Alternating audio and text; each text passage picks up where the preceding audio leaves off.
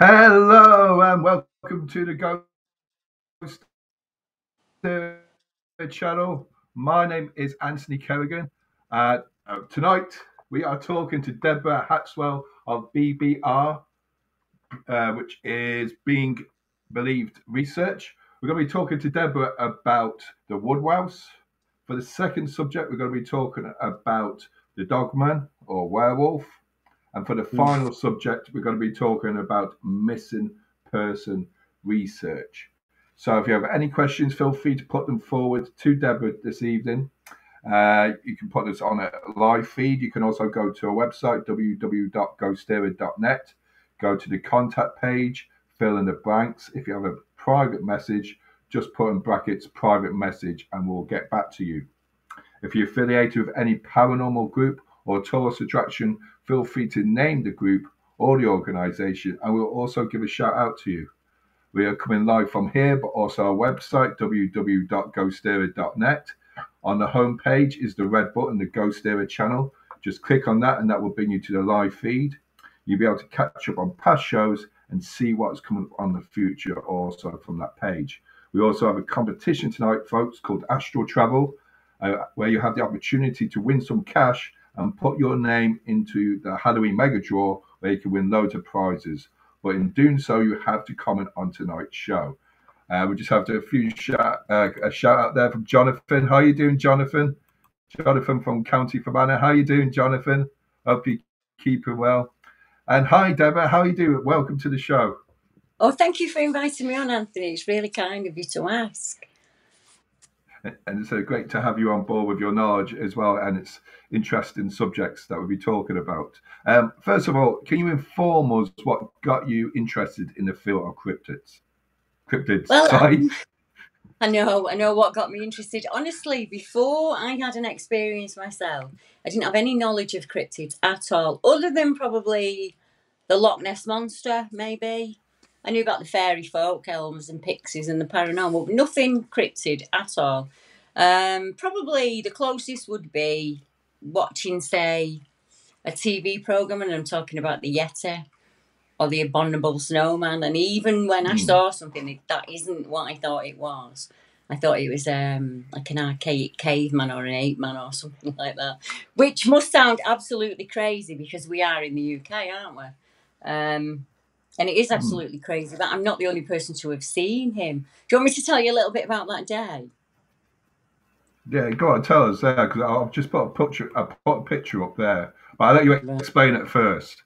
Well, I lived in an ordinary town in the northwest of England, about 8 miles from where I live now. My family are from County Meath, County Louth, Clodiga, that kind of area up there. So if you threw a stone, we basically just live on the other side of the coast now. But I was an ordinary girl, went to an ordinary school one afternoon on the last year, and I just thought, I'm not going in. I'm just not going in. I didn't want to go in. I was quite a rebellious kind of kid, and I just was fed up. It was like the school holidays almost. We weren't doing anything, and it was so warm, and I just didn't go in.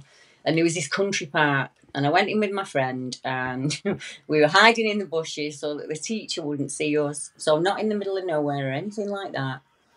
And this thing, we were laid down talking to each other, and I noticed a movement in the greenery, and I thought it was going to be a teacher, and obviously I thought we were in big trouble, so I got myself ready for that. And that you're shown on screen leant out of the greenery and just kind of looked at me like that. And I only seen him from about here, so I couldn't tell you about arms or legs or any of that.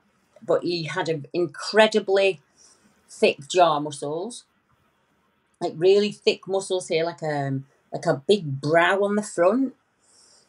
Normal teeth, not like canines or anything like that. Nothing I'm a house of horror. He just looked like an ape and a man that had been shoved together. And without thinking, I was so frightened, I didn't put any thought into it. I pushed my friend down on the floor and I ran. I ran with everything I had, and I looked back to see if he was coming to get me. And he was running in the opposite direction. And he just I don't know how he did it, but somehow he just melded back in with the greenery and he was gone. Oh, man. He was completely gone. And I had nothing to... It wasn't a homeless man. It wasn't a boy in a suit. It wasn't an escaped gorilla. It wasn't. Mm. It was whatever it was looked to be flesh and blood at the time, Anthony. So I then just thought I got to find out what it was. People thought it was Yeah. absolutely crackers. Yeah, but it was an And intelligence so, there, and I missed that bit. There was he looked as confused. He looked a mm, bit like I was, almost like I think two worlds might have kind of met at that moment mm. somehow. Mm. And did you see, like, did you say he was, like, was he clothed in any sort of way, or there was no, it was just all hair? Just hair, completely hair. It was really like Mm. really really dark brown, but kind of had this kind of reddish tinge to it. Um, Okay. Not on his face. His face was like back in the day when men used to work outdoors on the road all the time. So like this Mm. leathery dark skin, but no hair on his face. Right. Quite long hair. You could see his skin through it though. The thing that stood out to me the most was his eyes, because obviously we made eye contact, and they were very human-like, very, like when you see a gorilla or an ape and you recognise that they've Mm. made eye contact. There was that moment of like, Yeah. and I'm not gonna lie, it was so frightening. It was so frightening. I went home. I told mum and dad. I even told them I weren't in school, and like, because I had to go back the next day, and I thought he was going to get me. Because in my head, I'm thinking I've seen him, so he now knows Mm. that I've seen him. He's going to get me, Right. And that was in my head for years. It stopped me camping. It stopped me taking the kids. We didn't use a Vado anymore. I grew up with horses, grew up travelling, did all of that, Mm. and that stopped at 15 for me. Completely stopped Mm. all of it, because I thought he was out there, Mm. like waiting for me, kind of thing. And what changed you from, like, having that sort of frightening moment to, you would say you have a bit more confidence, or you're trying to find out more answers to it? I think that was it. I didn't know Was. what to do. There was no internet back then. There was nothing. Mm. To kind of ask parents, nothing. Tried asking a couple of friends, and they just looked at me like I'd seen an alien or something. So I knew that wasn't an avenue. I didn't know what to do. So I went to the big library. I thought, just go to the big library in town. They know everything, don't they? And they were absolutely useless. So I live in an area of the country where we're about 1,000 feet above sea level. So quite a high point. We're on one of the high points in the UK. And back then, in the 80s, everybody was on the CB radio. So I could get Ireland, I could get, Greenland, I could get all the way out to America. And I started asking people, truckers, drivers, people out on the roads at night, if they'd ever seen something that looked like him, it, whatever it was. And it was very few and far between. I did find the odd person. And then the internet came along, obviously. So I was like MySpace, Friends Reunited, all of those. I'd just jump on and say, has anybody ever seen anything in Beulah Park? I'd never lead them and say what I'd seen, but I'd say, has anybody ever witnessed anything really strange in the park? Or I'd go to, like I say, my parents, they were basically travellers with a mortgage. So wherever we went, I'd post up on a bulletin board and leave the house number. Back in the day when you had the proper house number. And I'd say, like, if you've seen anything really strange, can you give me a ring, kind of thing. So that didn't go down too well with the parents. But I had to know, because I was so frightened of him, I really had this need to know what he was. And honestly, I'm going to be dead honest with you, I'm 58 now. I was 15 then. I still don't know 100% what he was, but I know all the theories now behind what he could be, what the possibilities are. And I've met so many other people that have seen similar to me, or if they haven't seen similar to me, they've had an experience in their life with some form of impossible that enables them to think, well, like, if that happened to me, the opportunities are endless, aren't they? And that's where BBR started. So originally, everybody told me that I saw a British Bigfoot. What you saw was a British Bigfoot. Didn't know about the Woodwose, didn't know about the Buggesh, didn't know any of that. I hadn't done history really until I got into, say, probably in about my 30s, and I started looking back down to, like, if people are seeing them now, there must have been an historical record of some kind. But it was a very long time before I made it to the fairy realm and realised that some of these fairies that people are reporting were 7 foot tall and hairy. And they could meld and become a tree. And Yes. that really rang a bell for me. And that's Yeah. when I started looking into, obviously, the Woodwose and the Grugesh and trying to... I didn't even know about my Irish heritage at that point. It literally led me to find out that I was more Irish than English. I didn't know that. So in a So way, you kind of come full go ahead. circle for me, yeah. So yeah, like as you said, like when we were talking earlier, you mentioned the Tuatha De Danann, like the tall folk there Mm, migrating with sort of the fairy folk as well there. Can you tell us a bit? I'll come to your question in a minute, Jonathan. Can you tell us a bit what is the Woodwose? As you said, the history of it. yeah, Can you tell us what is the it's very similar. So what we're looking at when we discuss, I'm just pulling my notes up so I don't get it wrong. When we discuss a upright hominid, whatever name we want to give it, so something about 7 foot tall, completely hair covered, that lives within the woodland, like the Green Man, then the English word for that would be the Woodwooser, and that just comes from the old words meaning of the wood and being. So a being okay? that lived within the wood, but it also has kind of a magical connotation to it. And the Grugesh is the same in Ireland, and that also means hairy, it means magical, it means of the forest. And if you put the word man on after it, the Irish word for man, we're Oh yeah. talking about a being that lives within the woods or nature, kind of like a caretaker in some type of way, that have existed on the land longer than we have. So they are connected to the fae, they're connected to the elementals, they are connected to earth energy, and they know how to use that and manipulate that in a way that humans don't. And I believe we once did. I think that all of us could do that back in the day, you know. And human beings, our path changed for us, didn't it? Whether we wanted it or not, it was changed, especially when the Romans arrived. So we're not taught about Woodwose, or Grugeches, or Puka, or Vanara. There's lots of words for them. Regardless of where you are in the UK, there are regional names for them, like the Gelt, the Geet, the Bullbeggar. So many of them. And what we tend to call them now is we use the word wildman. So we'd say like the Irish wildman or the Scottish wildman, you know, the English wildman. Because we're looking at, all the descriptions are the same. So even when you look back in art and history, you'll find carvings of them in your churches. And they're all like this hairy man that's surrounded by leaves who kind of looks out and then disappears. And that's exactly what I saw. We used to celebrate them. We used to May Day and Beltane and Solstice, especially now, would be a time where we would celebrate. And in the 12th century, there was written law that we actually intermingled. So it was kind of, they backed off from us because of what we became, you see. Yeah, it's interesting, as you say, the bit around about that time as well, that the fairies were first mentioned, the first documented of fairies being mentioned there. Can you tell us, I suppose, then, what is their like kind of a genetic makeup? You know, take being like for a person being a hermit, being in the woods, and also like how close similar it is to people that might have hypertrichosis, like hair growth and all that. You know, there's like homeless people as well. Is there kind of misinterpretations of that? I mean, I The wouldn't say Woodwose? so. When most people make a report of seeing this creature, there is usually the word man is within it. Nobody ever says I've seen a Bigfoot. Mostly you'll get it was an ape man, it was a gorilla man. You know, like dogman, we just put the word man on the end because we don't know what we're seeing. And your brain goes, and there's nothing. There's nothing that stands upright, that's hairy, you know, nothing like that. So, yeah, in history, you would have had people who were incredibly hirsute, and we would call them, that would have been really more on the werewolf side of things.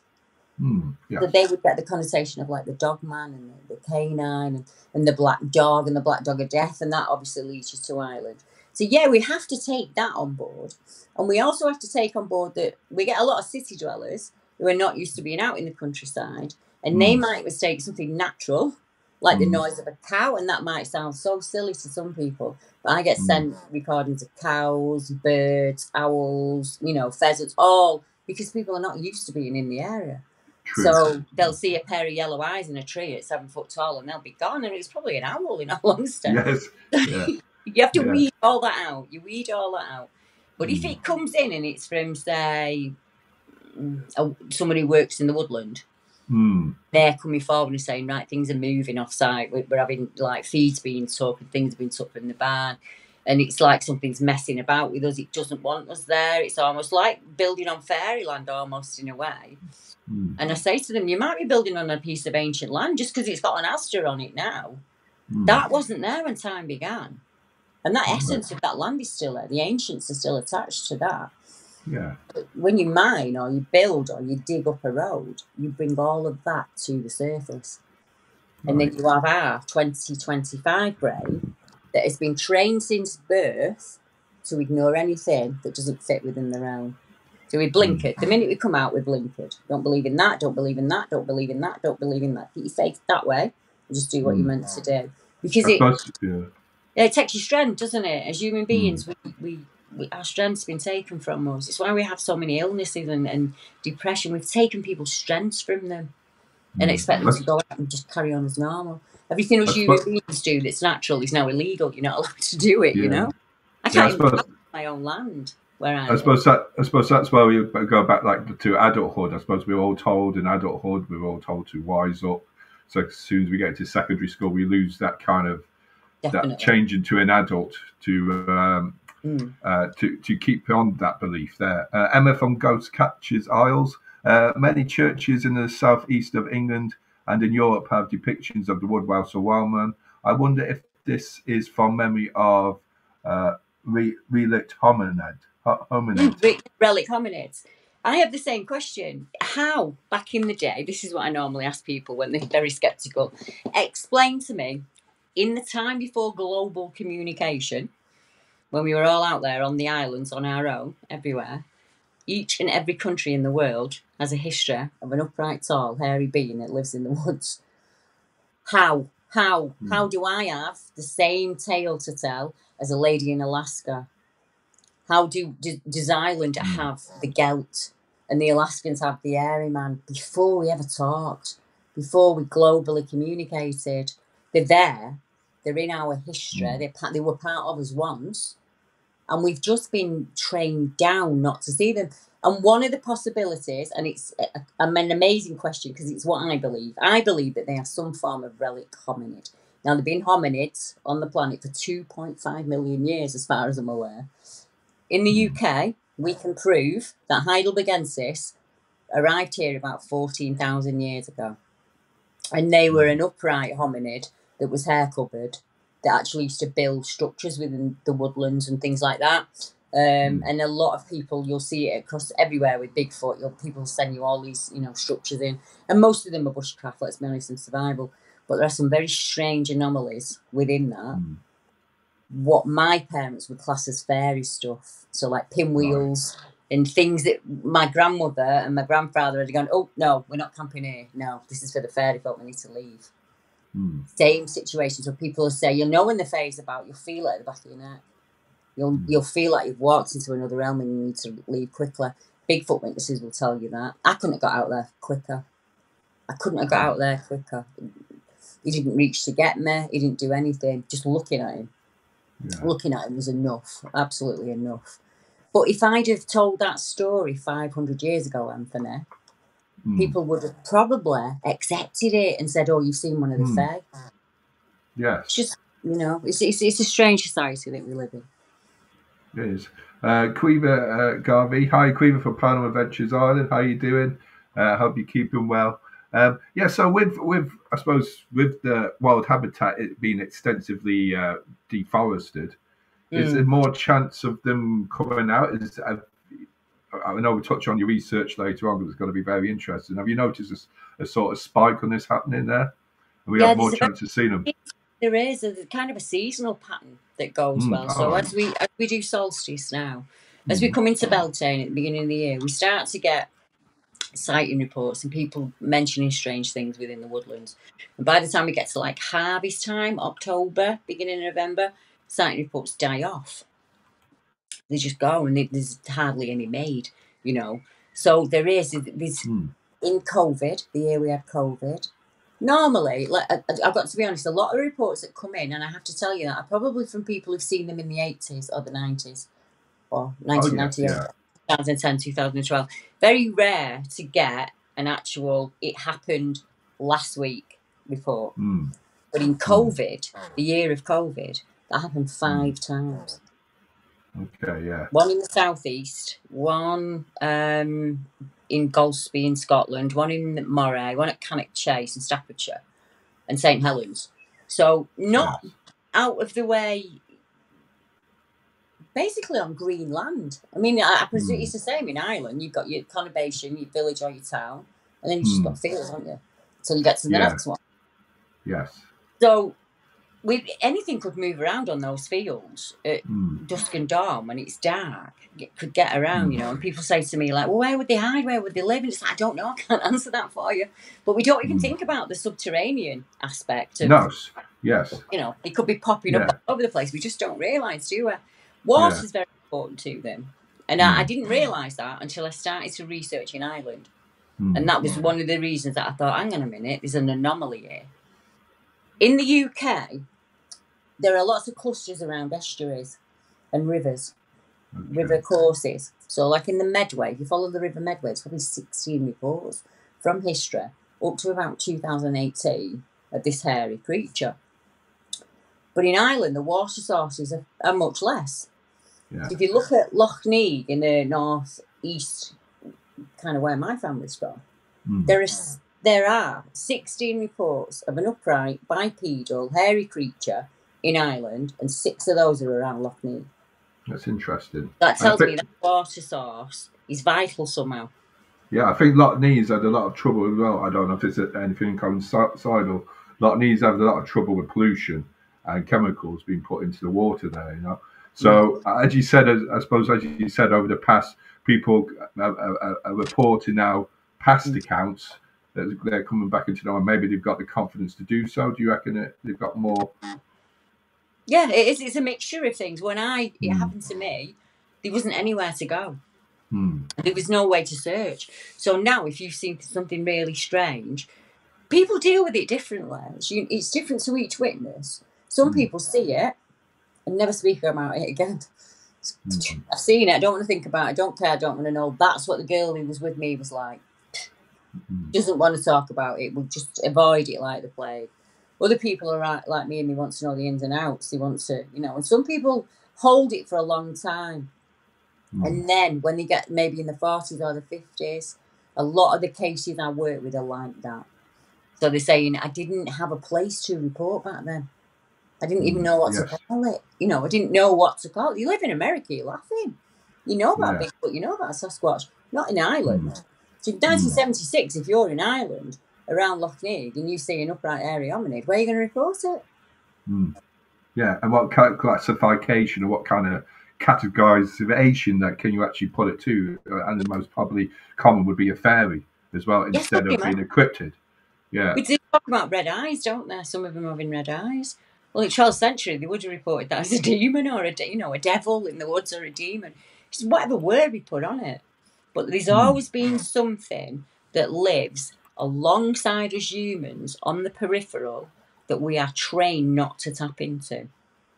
And I want to know why we're trained not to tap. Well, I know now. I've had the journey. I didn't then. I didn't have a clue. If I knew what I knew now as a 15-year-old, I could have moved mountains. I'd have really believed in myself, you know. I'd have believed in my cause, and people think I'm driven now. I'm driven now with no help whatsoever. There's nothing else I could do. I had to start kicking doors down because nobody had listened to me. And in England, there's an actual society, and people will not believe this, but there's an actual society that you go to report an upright, hairy creature in the UK. But they don't believe that the UK have those beings. So most of them make you report to a site that doesn't have any belief in the story that you're telling them. Oh no, that's not kind of good. Is it? It's a cat do, isn't it? I just look like this crazy nutter who they should burn at the stake. Let's come to a few questions and statements. Queever says, when all the land was Pangea, we were supposedly connected to the Appalachian Mountains. Yes. Our paranormal experiences and history lines up very well with people that live in the Appalachian Mountains now. Yes. She's right. Is it Appalachians? If you think about the UK... Sorry, I might have said it wrong. No, it's okay. Well, if you think about the UK, Quiver, the Pennines run right up the middle, don't they? Well, in the US, you've got 3 mountain ranges that do that, and the Appalachian Trail is one of them. It's very similar to Ireland in the northwest of England, the high rainfall. There's lots of rocky outcrops where you get lots of boggy, swampy areas where you're not getting human beings in. They're completely midgy infested in the summer. These where these reports are being made and being seen. I also think the Appalachian did us a favour and people started to map the American reports. So they're like, right, let's get them on a map. Let's see if there's any pattern. Is there a migration pattern? Are they following the deer in any way? And it just seemed that they are. So in areas where you've got high rainfall and a lot of deer, you get a lot of Bigfoot reports. And it's exactly the same in England and Ireland. Exactly the same. So in areas with a lot of rainfall, that's where we're getting these reports from. Okay. The Sperry Mountain Range. I got a report from the Sperry Mountain Range. And this guy's a mountaineer. He's not out walking the dog. He's a mountaineer. He's done most of the peaks in the world. And he said was in the Sperry Mountain, I think it was 2019, he saw something that was over 7 feet tall, walking. You know when you walk down an incline, as human beings kind of we have to tilt back when you're on a sharp incline shape. I know that because I'm tall. I do that. This thing was leaning forward, going down, Sperry. Okay. And he said after it was moving, he could see it on the ridgeline moving, and then he saw what he described as what you would class as armour. Full camo, the whole 9 yards, following this creature as it moved. Anyone who's into Bigfoot or Sasquatch will tell you that in Canada, Alaska, British, everywhere, you have these upside down trees. So like it's a big 10-foot tree that's been uprooted and turned upside down. There's no sign of chain work. There's no sign of an ATV or, a hopper, anything like that getting it. Ireland is one of the places where you find them in the Sperry Mountains. Very close to where these guys had this experience. Okay. So between the Sperrins and Loch Ness, it's not a mass distance. So is it moving, along with its food sources, as we would have done as early hominids? Yes. You can't stay, as a human being back then, you can't stay in one place and just think you're going to have food continuously. It doesn't work like that. You've got to move. You've got to continuously keep on the move, unless you're farming. You settle in your farm, you see. So in Ireland, when you look at it, it's even better because you've got all that coast. You just doubled your food sources instantly, haven't you? Yes, yes. So you were moving from, say, the east coast to the west coast, and you would appear at some point on those mountain ranges. Yes. Exactly the same as the Himalayas, and I think we're dealing with the same being. We're just taught not to believe. True. I've got a couple more questions.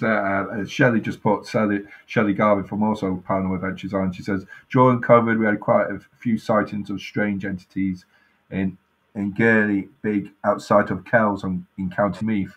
Everyone began to change their thoughts on this sort of thing. After COVID, they brushed it off, saying it never happened. Now, Meath isn't too far away from probably Loch Ness as well, like Belfast, around that area. Armagh, sorry. Yeah, Carvin is a place I know very well.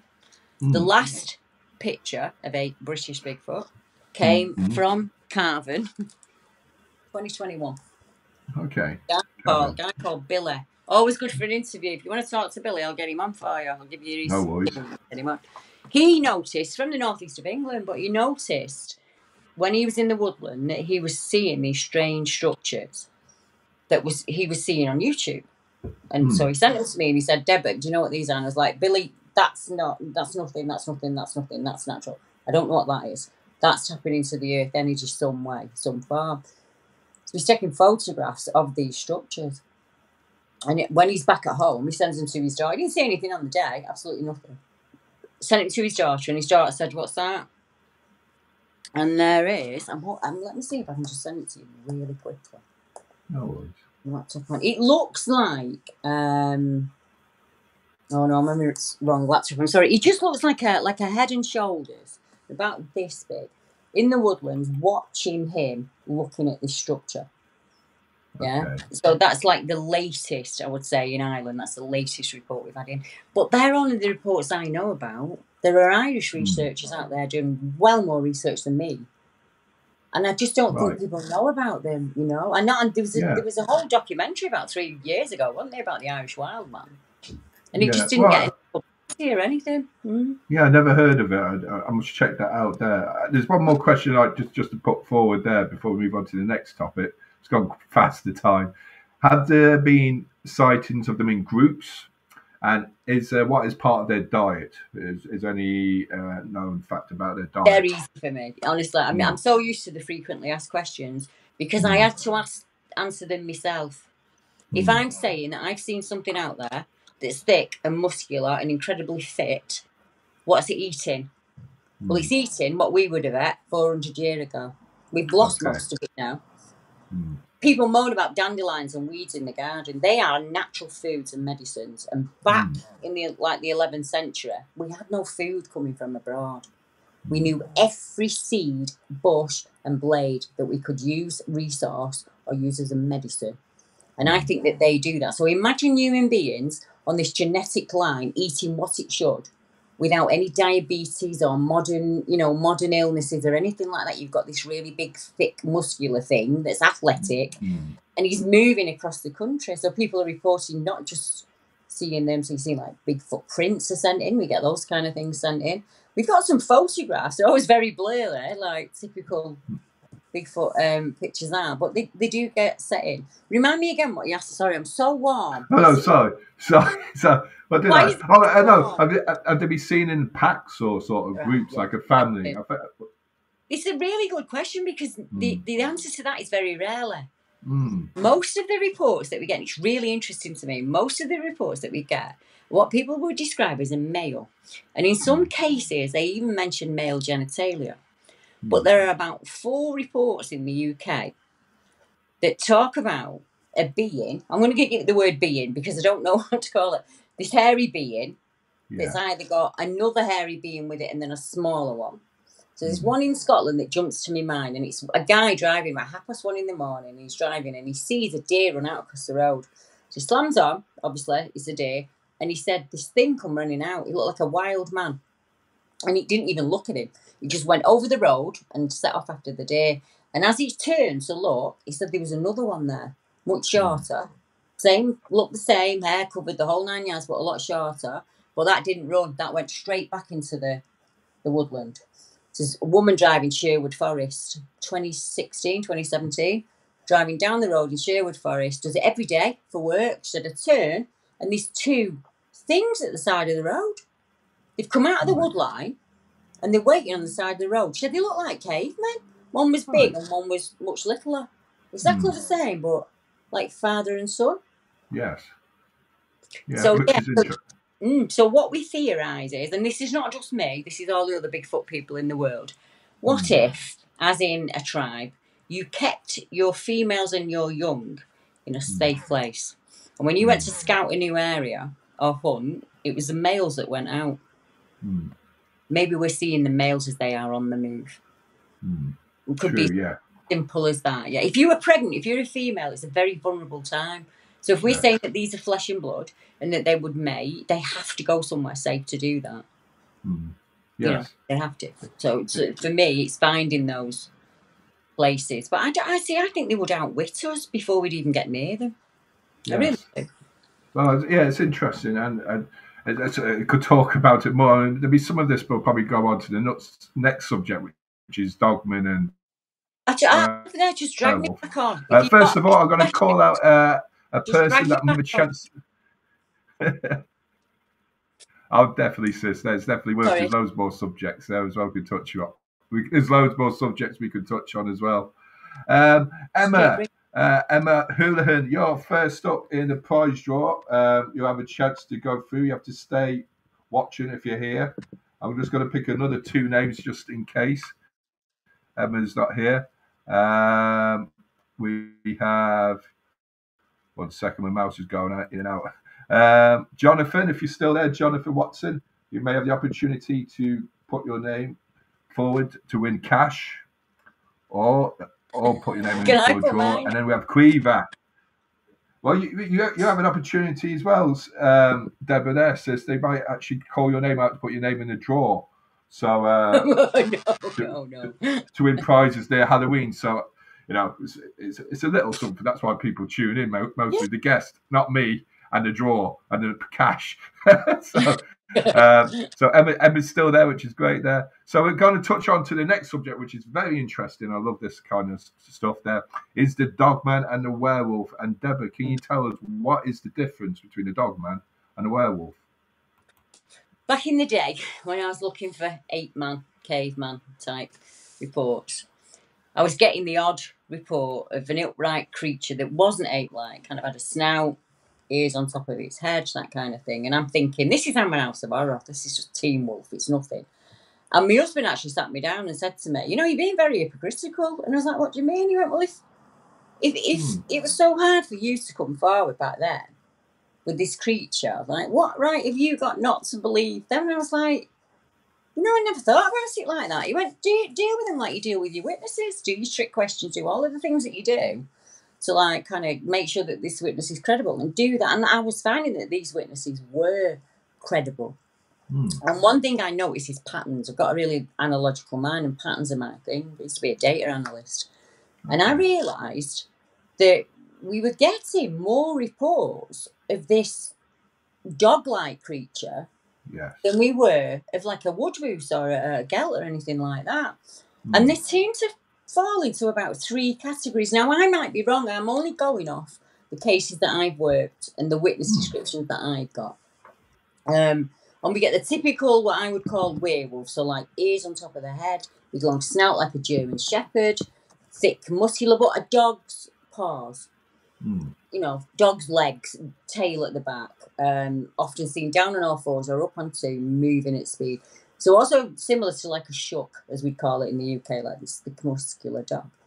Well, then we have what I would class as like the wolf-headed men. So same description facially. So you've got this snout, and you've got like obviously canine teeth, ears on top of the head. But the body they describe is far more human. Hair covered, but hands and feet, and no tail. Okay. So like a human body with like a wolf's head on top. Right. And then there are some people who will often describe that as almost baboon-like. Now, when you look at a dog and a baboon, they've got a very similar look, haven't they? With that. Yes. So that description will come in. Some people will say, like, I've seen a baboon, or I've seen an upright baboon, and that'll play in later to some of the missing people cases. So I did the same. I sat down with the witnesses. I visited the areas. There's one case I'm working on that I haven't released yet. So this is an exclusive for your show, and I'm only working on it at the moment. So the gentleman lives about 5 or 6 miles away from me, and I live out in the mining land. So it's all greenbelt. And everybody will know Blackpool. So I'm about 30, 40 minutes from Blackpool inland through the farms. And I'm just tucked under the mountains. And it's, like I say, it's all mining land. And he gets in touch with me and he says, Deb, I'm selling up and I'm moving. I'm going to Scotland to live on a boat. And I really, really want to meet you at the sighting spot where this happened to me when I was a kid. But I've only got 2 weeks. Can you do it? And I was like, I'll do it. Let's do it. Why not? Let's do it. So I drove over to see him and I met him. Very erudite, lovely man, absolutely lovely. He said, and he was adamant. He stood there at the scene with me, and he let me record it. He let me use his name. He was so transparent with it. And he said that he lived on a normal council estate that backed onto the mining land. And now it's a nature reserve, so all the old mine shafts are stopped, I should say that. So there's a lot of fish out there, a lot of food sources. And him and his friend, it was like 10 o'clock this time of year, and it was just going on dusk, and him and his friend decided to dare each other. They were playing a game of dare. And when it got to his turn, his friend said, I dare you to run down to the bottom across the dark fields, because there's no lights out there. Touch the farm gate and run back. And he said, I wasn't scared of the dark. So I just thought, yeah, I'll do it. And he said, as he went to walk down the path, he saw this small red light. And at first he thought it was somebody smoking in the dark. So like they've taken the drag of the cigarette. Yes. And seen that light and it's gone. He said, and for some reason, he just got this feeling to look to his right, like me. And he looked to his right and he said, I don't know what it was, Deborah. It looked like a dog, but it was stood upright on 2 legs. And it had its hand on the stile. And it just looked at him. And he just looked at it. And he said, it didn't do anything to frighten me. But seeing that in the dark, he's probably suddenly gone, oh shit, I'm on my own. Yes. Yeah. You know, I'm on my own. You're amazed how many witnesses weigh up whether they can beat the mate or not. And he said he just legged it back, but it's never left him. It's kind of stayed with him. He's in his 50s now. And he wanted to put it to bed. And he just said to me, I've always been silent. I've watched the work that you've done. And like, I follow you all the time. I watch you every week on YouTube. And I think, oh, one day I'll get me, you know, one day I'll tell her. One day I'll tell her. So he did. And I said to him, and you'll find this in a lot of witnesses, is that the only experience you've had in your life of something weird? And he was like, no, I had a lot of experience in the family home. So when I met him, I stood in the spot where the creature was, and I could see into his bedroom, where he lived as a kid. And I said to him, what if that creature's watched you every day of your life? You know? Yeah. So we don't just, when people say, oh, there are dogman reports, you instantly think of like Teen Wolf, don't you? So they've got like these ripped jeans on them, the check shirt and the, you know, the baseball boots. People are describing a creature that some say actually vanishes in front of them. Yes. This is the next question I've probably got to quickly put onto you there, Deborah. There, as you said, like let's say the physical form, they see them there, maybe they appear, and you just mentioned they vanished there. You know, would it be like close, like to like the ghosts or apparitions, and like people would call skinwalkers, like those people have reference to them? Yeah, I think so. I think if we think of even same with the Woodwose and that. Yeah, we're all energy beings. Us human beings are energy beings. It's what we are. Everything's energy, isn't it? If it lives on this realm, it's energy. And I often wonder if they can change their metaphysical shape so that we can see them. So are they one thing in their world? And I think the Germans have a word for it. It's like Schadenfreude, and it means to be different in different realms. Yes. So there's a lady called Daisy, about my age, lives on a family farm. Where the tri-borders are in Sussex. And we find that where we get borders, we get a high number of not just cryptid reports, but strange reports, paranormal reports, UFO reports. She said, it's an ordinary afternoon, Deb. I'm walking with two dogs down like an old cart track. It's not even a lane or a road. She said, it was just a beautiful day. The dogs are wandering off in front of me. I'm away, you know, away with the fairy, as we say. I'm away with the fairies, just thinking, she said, and I look up, and this thing. It looks like a dog, and it's kind of reddish in colour. It's down on all fours. And she said, as it notices me, noticing it, it stands up. All right. And as it stands up, she said it looked like, you know, when you do a pencil drawing as a child, and then you get the eraser. And she said it was almost like he was sucked back in somewhere. Oh, and his shape was just erased. Now, in Scotland, that was 20 years ago. So around about the same time, you've got a lady driving through the Highlands, and she said, I'm driving, and for some reason whatsoever, I think, don't look, do not look. And like an idiot, like most human beings, she looked. And she said she saw this hairy creature making off uphill. But as she seen it, the car turned and turned and turned 3 times, and she'd landed back on her wheels. Nothing on the dashboard moved. Nothing in the car moved. She just had a bruise right across the breast where the seatbelt had held her. Did she drive into some kind of energy? Some being that we strive to put a name on. So, you know, we call it Bigfoot, we call it Dog Mummy. We don't know what they are or how many there are of them and what they do and do they breed. That we don't know. And I deal more. When people come to find me, they're beyond proving it. They've done everything they can think of to make you believe that they are not a liar, normally by the time they come and find me. And I just sit down and just say, just tell me. Just tell me everything. Start when you were a kid, because normally it starts in the bedroom as a kid. Tell me what happened at home. Tell me about mum. Tell me about grandma. Tell me about granddad, because there'll be something in the family. I really believe it runs in your bloodline. I am 100% convinced of that. Now, just changing the subject a bit, I'll come to your question in a minute there, Emma. Do you think, Deborah, that there is some sort of hybrid testing been going on? Testing, like with the governments and all that, you know, to put humans into animals? I'm just going to, let me just put my light on, because it's going that dark now. No worries there. No worries. Yes. Better. So in regards just to like in government agencies, now we know they are testing out, doing like DNA, like Like we're talking about the Tasmanian tiger a few last year there, and the testing they've done now. I think it's a certain dog. I think it's wow. I forget now. Wow, I don't know what name of the dog is, but are the governments doing it with humans I haven't and researched animals? this in Ireland, so I haven't got that far into it yet. I've only researched it in England. And noticed about 10 years ago that a lot of these creatures were being seen on Ministry of Defence land. So land owned by the ministry. So one of the things that I work, and we haven't touched on it, is on missing people. So we've got these really strange disappearances in the UK, in areas where we have a high number of cryptid reports, and they're also on Ministry of Defence land. And sometimes in areas where people believe that there are underground bases. So I've done a lot of work with Miles from the Bases Project. So certain areas in the UK, like Cannock Chase, where you've got the German War Cemetery, a lot of the dogmen are seen around that area. Pie Green Tower, you get the Pig Man.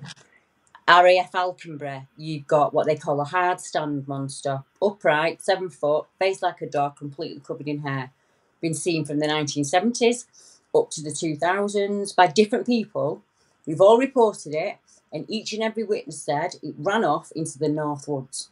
So this creature's just repeating a pattern over and over again. You see? So, but it's on Ministry of Defence land. So RAF Bempton is on the Yorkshire coast. You've got 2 men, years apart, who both vanish on that base. The cars are found in the car park. They're never found. One of the boys, I think it was 2010, Russell, he set out that morning for college, and they found in his car a pen drive, and it had photographs on it from inside the closed base, an RAF bunker, and it had been used over the years for like satanic ritual. So they capped the base off. So they don't understand how he's got in to get access to these photographs. He's never been seen since. Russell Bowling he's called. And a guy called Tim, went 2 years later, exactly the same place, exactly the same car park, never seen again. Cannock Chase, same thing. High area of cryptid reports, 3 deaths all along one road. 2 missing and 1 found dead in mysterious circumstances on a mile of road. Every single one of those cases, Anthony, was no suspicious circumstances, not in the public interest, and I couldn't get anything on freedom of information. And then it gets weirder. Right? So 2021, we get this report, it's media. And this report is that a woman in the area of Moncton on the Ayrshire coast, I think it was December. It wasn't like a really bad December. It was about 8 degrees. It was like quite normal. So, and she acts in a way that most women who are listening now would think, yeah, I would do that. So Moncton's right on the coast. So right next to Glasgow Airport. So you've got all the lights in the airport, and you've also got an aerospace base, and it's Ministry of Defence land. You've got a big village, like an estate. There's lights everywhere. So the car breaks down in the countryside on Main Lane. There's no lights out there or anything. It's about 11 o'clock at night. She phones the RAC. They come out to see to her. She's gone. Find the car, unlocked, but she's not there. So they start a search. The next day, they find her in the fields, barefoot, dead. And the official coroner case said, you can look it up in all the newspapers, that she was killed by foxes. Right? Wow. So they would not release the coroner report. It was not in the public interest. So, I thought, right, Debbie, do what you do. Start digging. So start digging. 4 people in 18 months, in exactly the same circumstances, have vanished in that one town. So let's say we're talking about somewhere about as big as Drogheda. So we're right there, out on the coast, Drogheda. You can see those lights from miles away. They're saying that she got out of a car, which I don't think a woman would on her own, and walked into the dark fields. You're dead for the light. I think, right, I'm going to walk up the lane, and if a car passes me, I'm going to flag it down. Yeah, you stay where you are, No, miles into the dark fields. One man, and it's never been reported, went missing 2 weeks before from the same estate, the same houses. And that car was not registered to that female. I just touch upon something there. I'll come to your question now, Emma, there in a second there. I just a statement that it's just come into my head. Like there's a lot of cases around the Wicklow area, Berry Mountain area. Yeah. There's a lot of a missing triangle where loads of women have gone missing as well. You know? I've studied that case. There could be explanations. There could be explanations for that, and there's loads of people go missing. We'll touch upon this later. There, I'm just going to ask you there, Deborah. Apart from like kind of the physical kind of side, the sightings and all that, is there traits like conditions such as rabies, where people are like salivation or anxiety and agitation? Could that be linked to something like a human kind of dogma as well? Like hallucinations. Yeah, realistically and statistically, it would have to be. There would have to be cases. There are. I worked with people who 100% believed that they could change their farm into a werewolf. So almost like lycanthropy. And it was a belief. It didn't matter how much I worked with them. It was a belief until you challenge and say, do it on camera. Film it. If you're making this claim that you can transform from a human being into a wolf, I want to see you do it on camera. And it all kind of goes away at that point. But there are I have spoken to people who are 100% committed to that idea and will literally go out and strip off naked in the woods and run like a wolf. Us human beings are strange folk. We really are. But there's the other side of the coin. There's the other, that stick, there's the other end of that stick. So I've taken reports from policemen, about 10 serving policemen in the UK, who've all saw beings that we would not class as possible. Soldiers they've made reports. They've made reports to the bosses, Salisbury Plain for one, Holcombe, where I live. Lots of creatures are seen on military bases and actual official reports. 1945, Dartmoor. They captured a wild man, took it to the hospital at Dartmoor. It's all written down, this. Took it to the hospital at Dartmoor. They injected it, took it into a room on its own, kept it there for 24 hours. 10 military policemen came the next day, put it in the back of the van, and that was the end of that. File sealed. Can't get none on that. And then you ask for it, they say, no, it's out of date now. Ever wise up on that one. They're incredibly tricky. Another case that I haven't told anybody about, I'm working on it now, is a guy working on a shoot. So when you have a shoot, you have a guy goes in with a beater and he scares the birds out, they shoot, and then the dog goes in and gets the bird. Doing this normal shoot, this guy doesn't come out. He just doesn't come out. So they go back in the woods and they look for him. They can't find him anywhere. So by that night, there's like armed police around the woodlands trying to find him. He was found him the next morning, and he died, and he had lacerations on him. So it was a coroner, no suspicious circumstances, end of thing. So I applied under the Freedom of Information Act, and they made it incredibly hard for me to do that. I had to apply for about 12 different forces before I got an answer. And I was expecting them to say, we deny that incident happened because it could have been a heart attack. It could have been natural causes. That's what I was expecting.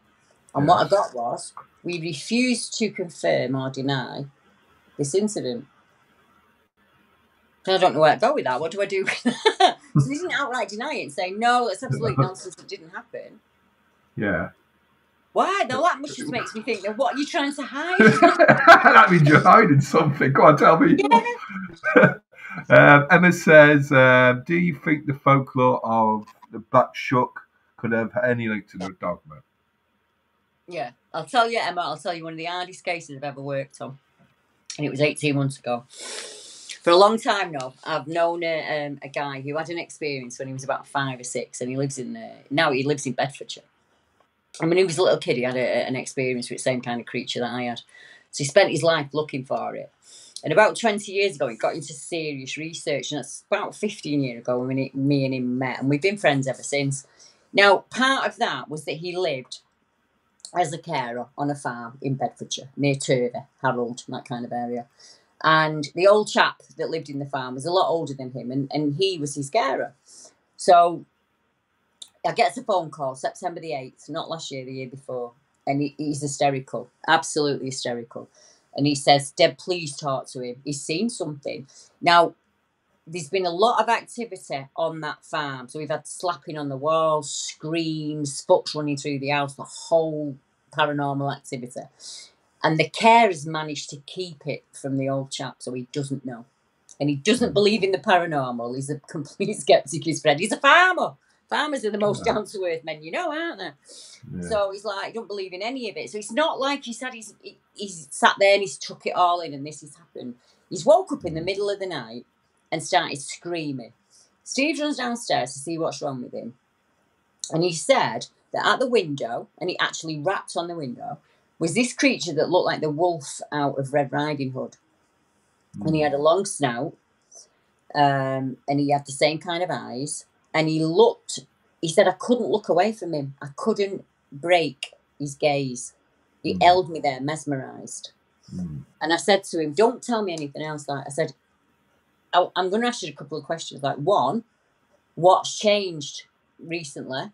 Two, is there anywhere on that land that they've done occult practices or anything like that? Yeah. Three, are you of Irish descent? And four, have you been thinking about your death? And he answered all of them, and he said, yeah, I have. I'm 86. I'm not a wild chap. So I've been putting my affairs in order last few weeks. I am of Irish descent. Mum and dad are Irish. I said there was an old property on the farm that was really, really negative, and they had to board it up. But there was also, the village that he lived in was known for nuns burying babies on that side, which you imagine the connotation of that.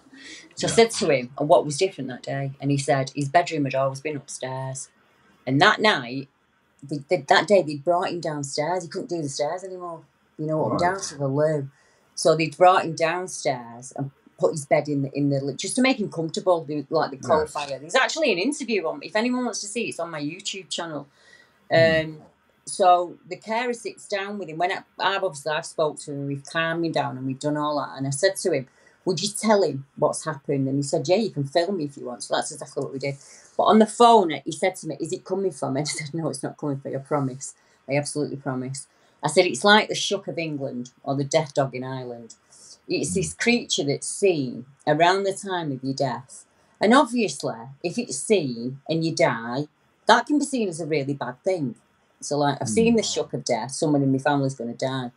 But there's another way of looking at it. Older, back in time, go further back. It was seen as a warrior that came to walk you home. And I said to his carer when I put the phone down, and I said to him, you do know, don't you? You've got to get yourself ready. He's got 12 weeks. That's all he's got. He's got 12 weeks, and you've got to get him ready for that. And part of me talking to him was saying to him, it isn't coming to harm you. It's probably keeping that negativity away from you.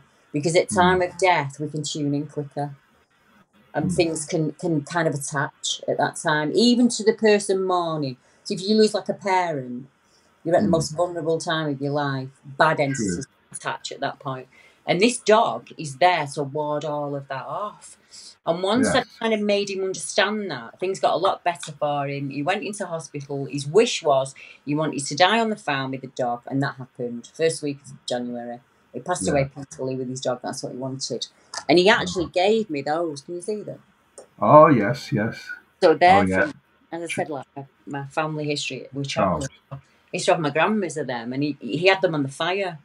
And he sent to me when he died. So it's like one of the hardest cases I've ever done. But if I didn't have the knowledge about this dog, this shook, and I might have been a different researcher and said to him, oh my God, everything's going to go negative now. And I know, It would have done. Everything had ramped up like amazingly. And because I'd said to him, you're fine, you are absolutely safe. He's not coming. He ain't going to come back. I promise you that.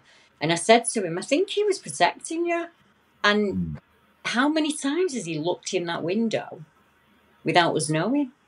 Yeah, it's interesting, as you said, like, as I suppose it's like the ferryman bringing the people over, and you could say like dogs were very important. Yeah, dogs were very important in graveyards. They were the first thing to be buried there for protection. Yes. For people to be buried there in graveyards, Just a few more shout outs before we go on to a nice, tasty subject. There's definitely connection with families. That's what Shelley was saying. I think that's to do with, I think we're related to the dogman. Going back to where... I think paranormal, UFO, every genre, we're kind of, if we've got it in our DNA to connect into something, might not be the same as what Gran saw, might not be the same as what your daughter sees. It's unique to each of us. And I think once back in the day, we did it without thinking. We tuned in. You know, when you go into a room and you just don't feel right, you feel off, you think something not right, or you meet a person, you think, oh no, that's your original brain taking in thousands of things around you and processing it and going, there is something wrong. And we are the only animal on the planet that is taught to disregard its intuition.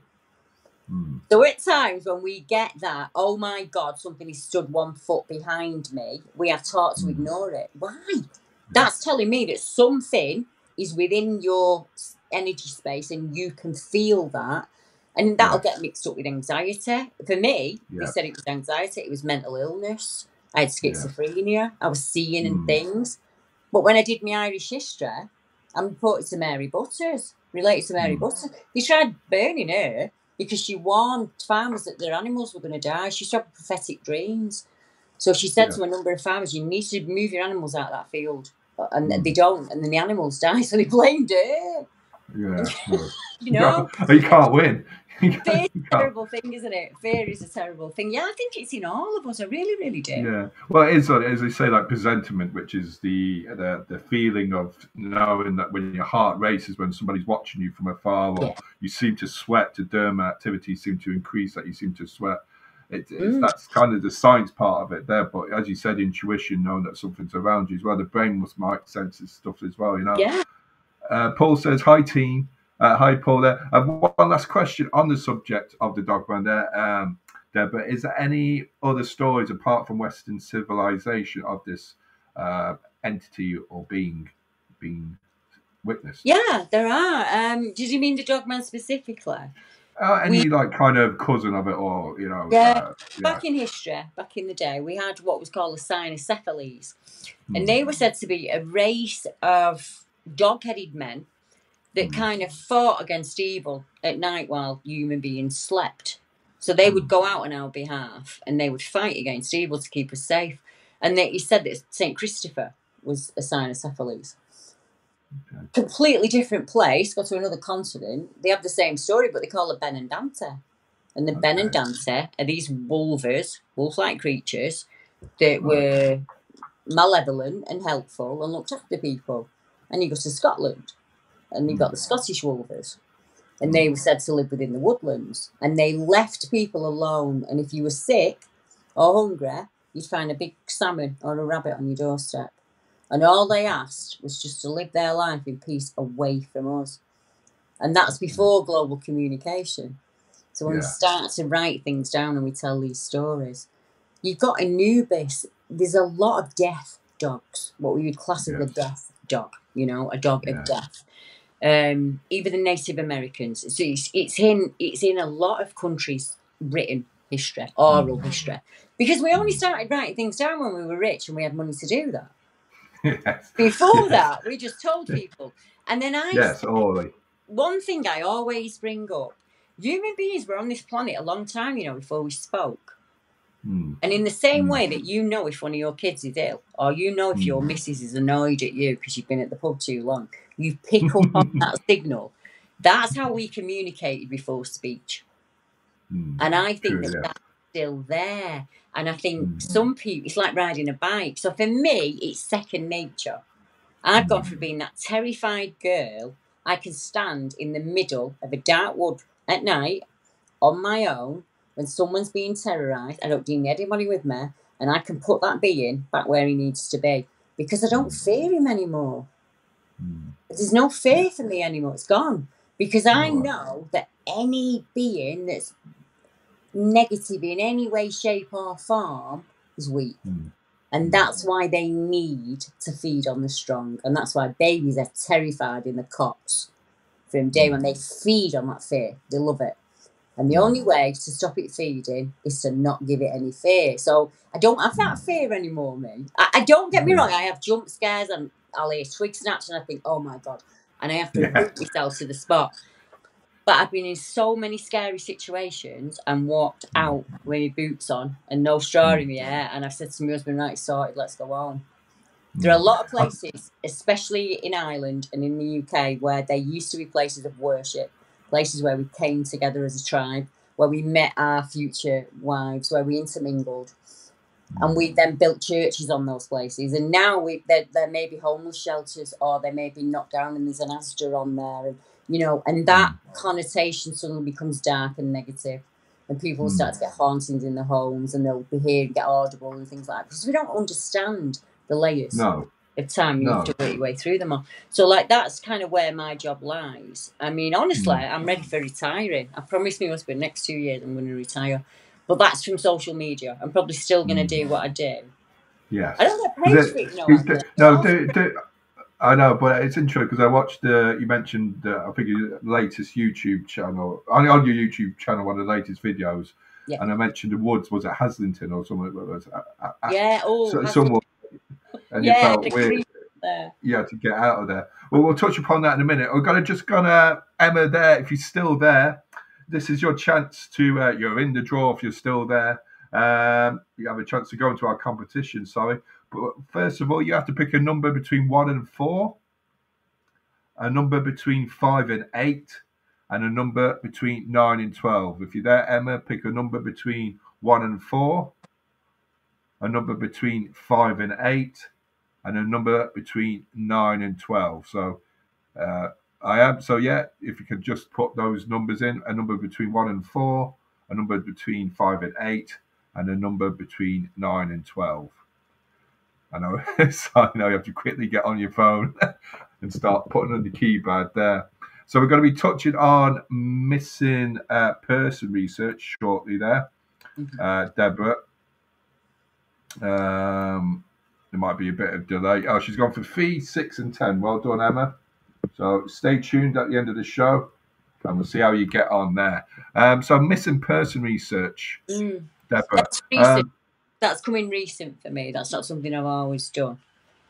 Have you heard 401? Lots of people know David Paulides in America, and he makes reports on people who go missing in high areas of cryptid reports. But it didn't start like that for me with the missing people. As you know, I'm from Manchester, and growing up, I was born in 1967, so only about 20 years after the war. And I was born poor. We were really poor. And when I was about 6 or 7, there was a lady on our estate, and she was murdered. And it frightened me as a little girl. It really, really scared me, because I think it was the first time I'd realised that there was like a negative kind of, what do you mean, like somebody killed her? You know, it was just a lot. It was a lot to take on as a girl. And then we went straight into that, and we went into the Ripper, and he killed in the town that I lived in. And we were bombarded with the tape of his voice, and we had a curfew. We had to be in dead early, and that went on till I was in my early teens. And then Shipman. So I honestly believe that in Manchester we kind of call it murder blind. We're just so used to it with the gun crime and all that. It doesn't bother us anymore. And people started to get in touch with me and ask me about the pusher cases. And I was like, I don't know what you mean. What do you mean the pusher case? And they're like, have you never heard about the Manchester pusher? And I'm like, no, I've not. So one of my background is in geological profiling. I did it as not in murder. So like, where you're gonna work out where the next new town should be, or you're gonna work out where the next trading estate should be. So I figured if they were doing that with like murder, the idea being that a thief or a criminal will act within 5 miles of where he's comfortable, and once he's kind of eradicated there, he'll start to move out. And if you can plot those crimes, you can kind of work out where he's comfortable, where he's moving around. So I thought, right, I'll look into the pusher cases. So one of them was where I grew up, and it was a lady who went missing in 2018. And she wasn't like wandering down the banks of the river or anything like that. She was literally in town, Christmas shopping for her grandchild. And she vanished, absolutely vanished. A year later, they find her lower leg from about mid-calf up. We've just got the leg, the foot, lower leg and foot. And the newspaper report states that there was no suspicious circumstances. And I'm thinking, then how would they know if she died? Because they've only got the bottom foot. What if she was shot or strangled or, nothing. Yeah. And a year later, her body parts are found 20 miles downstream. Still no suspicious circumstances. So then people put me onto the case of David Pritchard. And David Pritchard was out one night. He was a lad of about 20. And he was down what we would call a Trafford area, so down near the docks, because obviously Manchester's an inland port. So he's down near the docks down there. And he phones his parents. And on the phone, they can hear screaming and howling. And he's not saying a word. But it sounds like somebody's being murdered. So they've got him on the mobile phone. They pick up the house phone, the phone 999, and they say, like, my son's on the phone. He's been on the phone for 20 minutes now. And you can hear screaming and howling in the background. We don't know what to do. And they put the two phones together so that the police can record it. Every single call that comes into 999 is recorded, is it not? Every call. Yeah. The system that goes right across. So they don't go out. They didn't go out for an hour and a half. They didn't even send a police officer out there. They end the call, he's still not been found. And they do eventually find him. And the police said that they trawled that riverbank for him and his belongings. But after they found him, his uncle found his phone 6 weeks later. So it clearly never been searched. So the family asked for the tape of the recording. And the police say, oh, it didn't work that night. Pardon? Well, I know all of the other calls were recorded, but that one call that came in wasn't recorded. The next day, a newspaper report was out in Manchester stating there is no Manchester pusher. Well, that got me back up that. So I was like, right, I'm going to start digging. I'm going to find these cases. And I did. I just found man after man after man after man that was being pulled from that river. Everyone was like, oh, they've had a drink, they fell in the river. I know Manchester's a party town. I know that. But what was frightening was it wasn't just Manchester when I started looking. Dublin is one of the areas. Yorkshire, we call it the Dipper in Yorkshire. Bury St Edmunds, cluster of males, similar age, that go missing on the waterways in the UK. So I'm up to 220 now in my hometown. Yes. Way back, going back to the 60s. And these lads, some of them were like, they weren't even, it was Saturday afternoon. Or one of them was going to probation, so they're not all out drunk. Now my argument with that was, well, if that's what it is, if all of these men are dying in accidents, why are we not putting any CCTV down there? Why aren't they barricades in place? That's a good idea. Yeah, put CCTV down there to kind of try and stop the situation. Yeah, but that would make it safer, but it would deter people from going down there as well. As it would show people what it is. I suppose there's CCTV cameras on YouTube at the moment that show I think it's a drug rehabilitation place or people that are unfortunately on high meds in Philadelphia. If you look up YouTube there, but I was just saying that you said like half a leg missing and all that. Can it be? And you mentioned military bases as well. We know the governments are doing stuff. There's a case there in San Francisco. I think it was the 1940s in the Bay Area. They put chemicals. They did a test. They put chemicals in the air on people, and a massive lot of people went into hospital with respiratory trouble and all that. So, do you think there is testing by governments on people, and they? I was going to say with the missing, some of them are going to be suicides. They'll be death by their own hand. Some of them will be accidental. But that doesn't. What about the rest? Where are these men going when they're vanishing? Where are they going to? Why are so many cryptids being seen in areas that are owned by the military of defence? What's going on? I've spoken to people who've described and used the word a weaponized. It was like it used to be a human, but it was mingled with an animal and it was weaponized. One woman said to me, it looked like a minotaur, Debbie, it was that big. It was a big, thick, black, muscular thing, but also human at the same time. So are they creating these chimeras, whatever the word?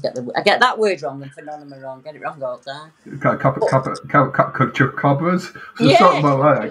Are they? Is that what's going on with our government? When we talked about the case in the Sperrin Mountains, and I said to you that it looked like the army were following him, were they A, monitoring, B, it escaped and they were out to catch it, or 3, they had let it go? And why let it go? Why are they out there? If these beings are all out there being elusive and staying away from us, Why are we seeing them crossing the road? They could have just waited for 10 seconds. That car had gone past. We would never have seen it, but we do. It walked out of the woods and crossed the road. You know, people who see them when they're out walking the dog, they just do these sudden. This creature stood there in all its glory for you to see it. I once did a case in Preston, and it's very different because it's a kind of a reptilian type creature. But when I said to you before, let's work on the basis that human beings are energy, and there are other beings out there that feed on that energy. And she said she was coming out of work, it was about 8:30 at night, and she saw her boss coming towards the car park, and he morphed into this almost like reptilian being. And she said, Debbie, he was feeding on my fear, and he was enjoying every second of it. And I couldn't break the gaze. A bit like Fred said, I couldn't, I was mesmerised by him. I couldn't break. And she said he was clearly feeding on me. I can't tell you what job she had, but let's just say she was high ranking government and he was her superior.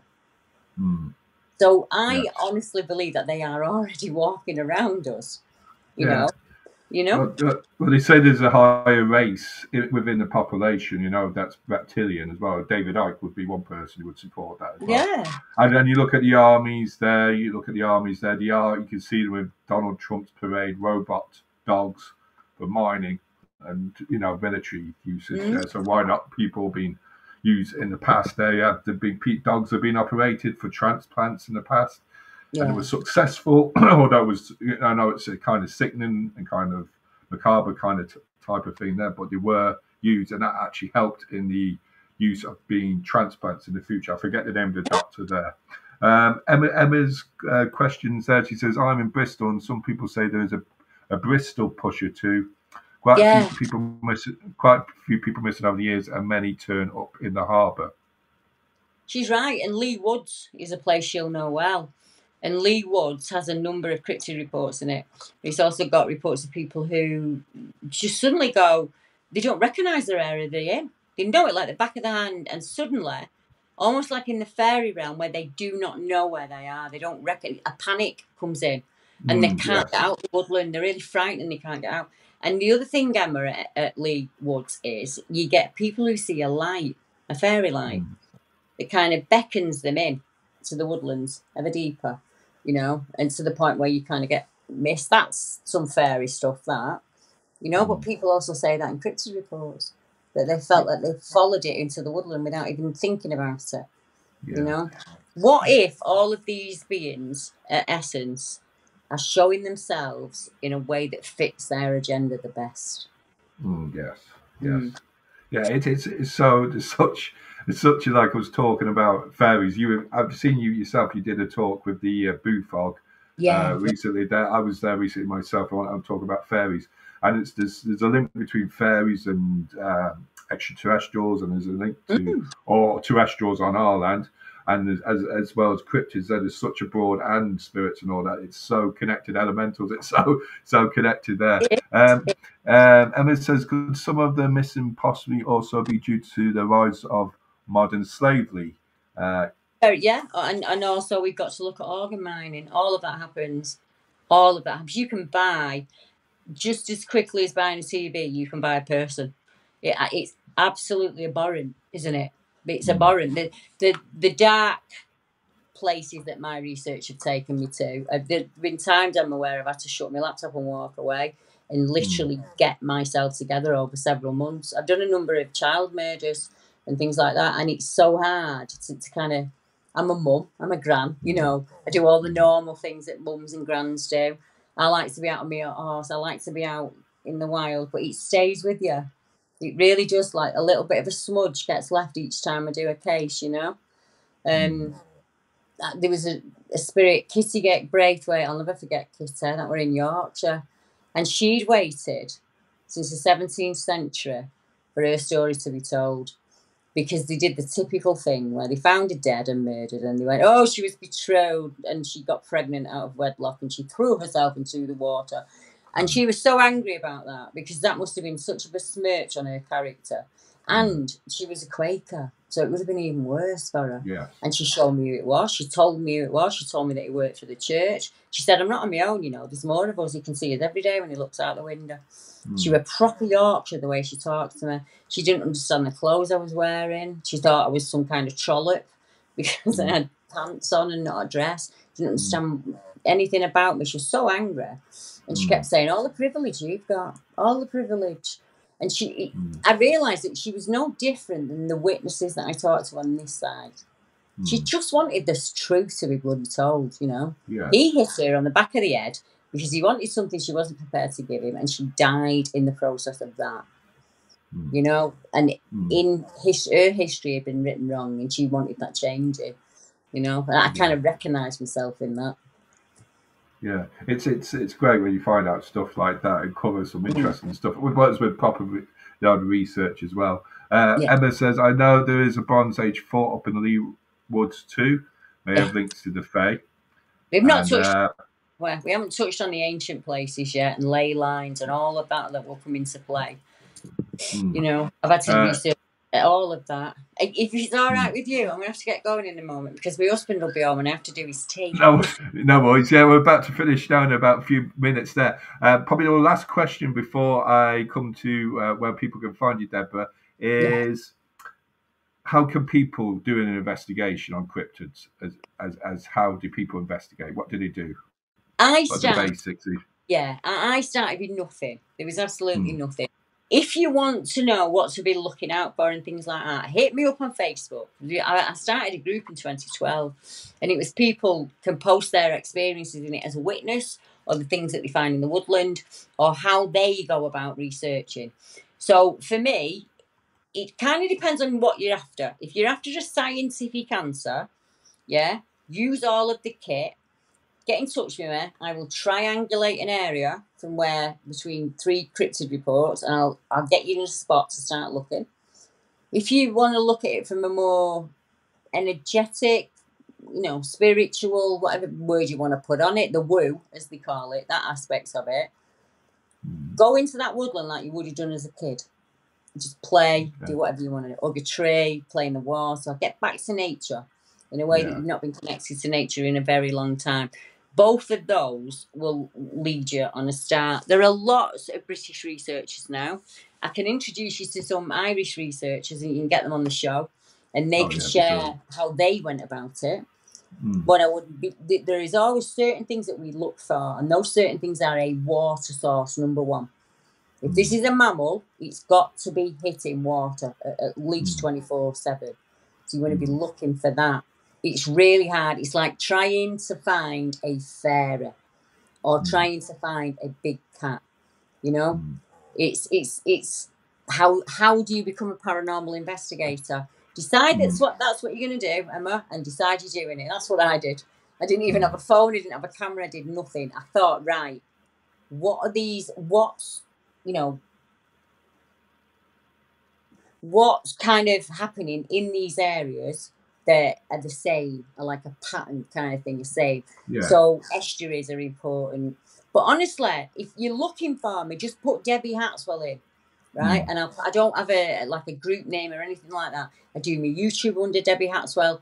My Gmail is just debbiehatswell@gmail.com, all lowercase, and you'll find me on Facebook as just Debbie Hatswell. Just get in touch and I will put you in touch with the people. Every Saturday I do at 8 o'clock on YouTube, I will share a report of the case that I've been working. And about once a fortnight, if I can manage it, I'll do a live stream. And that's so people can chat and get to know each other. And how do I start? You know, where did you start? What do you use? That kind of thing. But if you've got that tenacity where you think, I'm interested in this, the universe will lead you where you need to go. Yeah, it's interesting. It's something that I might actually do. I haven't done a kind of cryptid kind of investigation, kind of anything like that I don't think of now, where it probably might touch on a fairy, might touch on the paranormal, but it'd be something that I'll probably look into more. There is a serpent that's supposed to be in the lakes of Killarney called Mucky, so you never know. I might try that, go for. I haven't had a dive in the lake recently, but because of the weather, I will do. Thank you to Irene and Quiver and Emma who commented, and everyone else that's commented. tonight there. Now, this is the Emma. If you're there, this is your opportunity. This is your chance now to win some cash or prizes, or you can put Deborah into the Halloween Mega Draw and yourself. Here we go. You pick number 3, 6, and 10. Let me see how you get on. You're astral traveling. So, Trevor Murphy won €10 there. So got his name in the Halloween Mega Draw. You pick number 3 there. Oh, well done. You've entered Deborah into the Halloween Mega Draw. Well done there. Thank you. So Deborah's name is in it. They'll think it's a fix now if I win. Oh no, your name could go up again as well, because Emma picked number 6. You kind of your name in twice there, Deborah. We'll see now. Emma picked number 6, so we'll see. Number 6. Oh no! Oh no! It must be a fix. I don't know. I'm so sorry, Emma. Yeah, number 6 is game over. Yeah, so there we go. Deborah's name is in the draw anyway. But anyway, you pick number. We'll go for then number 10. You see what number 10 would have been anyway, just for curiosity. So number 10. Here we go. B Alex, you would have won €40, Emma. Oh no! If it was any other number bar, number 6, you would have won €40. Oh no! What was 11? What was number 11? What would we have got? No, she game over for the second stage and would have been €40 there. She would have won €40. Oh, I'm sorry, Emma, but there is another opportunity again. She says, "Boo."